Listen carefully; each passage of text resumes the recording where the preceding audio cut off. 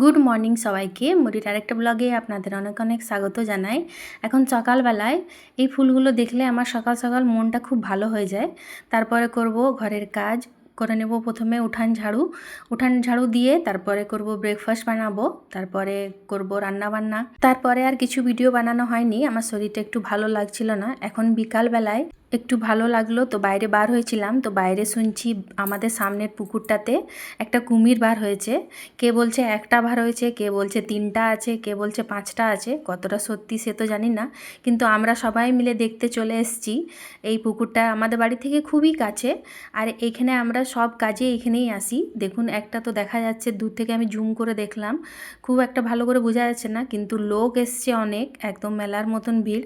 পুকুরে চান করতে করতেই কেউ দেখেছে, তো দেখার পরে আর ভয়ে কেউ পুকুরে চান করতে আসেনি। আমি একটা ফটো পেয়েছিলাম, সেই ফটোটাই ভিডিওর মধ্যেখানে দিয়ে দিয়েছি, আপনারাও দেখে নিন। কিছুক্ষণ দেখলাম, বুঝতে পারলাম না। এখন যাচ্ছি আমরা বাড়ির দিকে।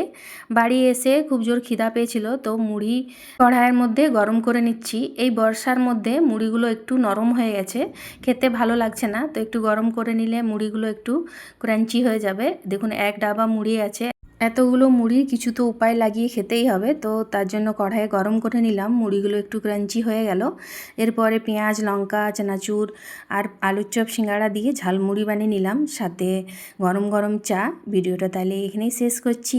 সবাই ভালো থাকবেন, সুস্থ থাকবেন, সাবধানে থাকবেন। দেখা হবে পরের আরেকটা ভিডিওতে। ভিডিওটা যদি আপনাদেরকে ভালো লাগে তাহলে অবশ্যই সাবস্ক্রাইব আর ফলো করবেন। অনেক অনেক ধন্যবাদ।